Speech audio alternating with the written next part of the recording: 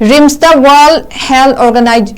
Hand Hygiene Day amadi World Asthma Day gi Pallan Thouram awareness amadi screening program SINGGA LOINANA PANGTHOKKHRE Regional Institute of Medical Sciences RIMS Imphal the World Health Hygiene Day 2026 ki Pallan Thouram awareness program ga LOINANA RIMS ki anoba general OPD block ta Action Saves Life haiba team da PANGTHOKKHRE program adu gi sarukama oina hand hygiene techniques sing demonstration toki LOINANA information education and communication IEC material sing su gentoki LOINANA World Asthma Day 2026 ki thoram su free